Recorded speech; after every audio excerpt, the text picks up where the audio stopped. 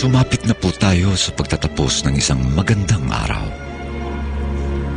Magpahinga tayo at magising na may sariwa at panibagong lakas. Panginoong Diyos, salamat po sa isang buong araw na ito.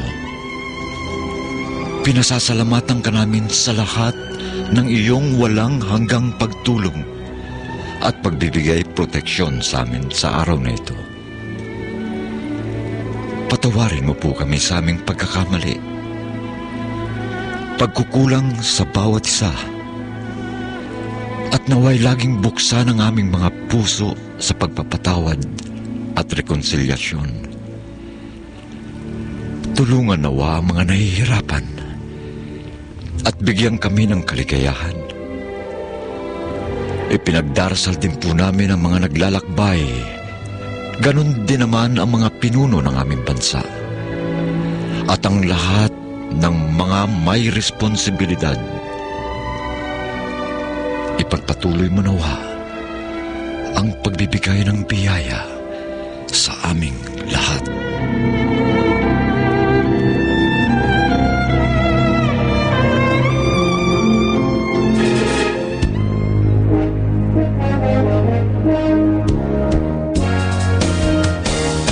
Sumainyo ang pagsasaimpapawid ng himpilang DZRH. Ang DZRH na commercial radio station sa Metro Manila at itinatag noong 15 ng Hulyo 1946 ay pag-aari ng Manila Broadcasting Company na ang transmitter ay matatagpuan sa Malanday, Valenzuela City at ang studio naman ay nasa MBC Building, Soto Street, CCP Complex, Rojas Boulevard, Pasay City. Ang DZRH nakasapi ng Kapisanan ng mga Broadcaster ng Pilipinas o KBP ay nagsasaimpapawid sa lakas na 50,000 watts at nasa 666 kHz AM band sa inyong radyo sa bisa ng license number 005881 na ibinigay ng National Telecommunications Commission.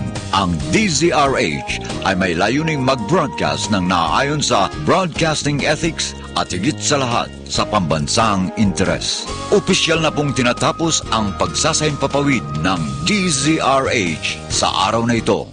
Mga kaibigan, ang pambansang awit. Sayang matilim, megas na silanganan, alam ng puso, sa titik mo'y buhay. Lupang hinirang, tuyang ka ng matitim, sa manlulupin, di ka pasisiin. Sa dagat at bundok, sa simoy at sa langit mong lugaw, may gilagang tula at awit sa paglayang minamahal. Ang islat ng watawat mo'y tagumpay na nagtitingin. Ang bituin at araw niya kailan pa may di magtitingin.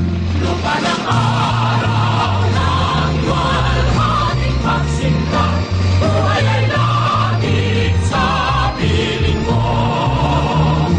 Aming higaya na pag may pag-abig, ang mamatay lang dahil sa'yo.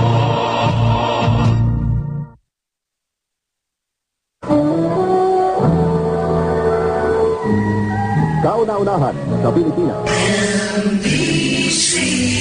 Manila Broadcasting Company.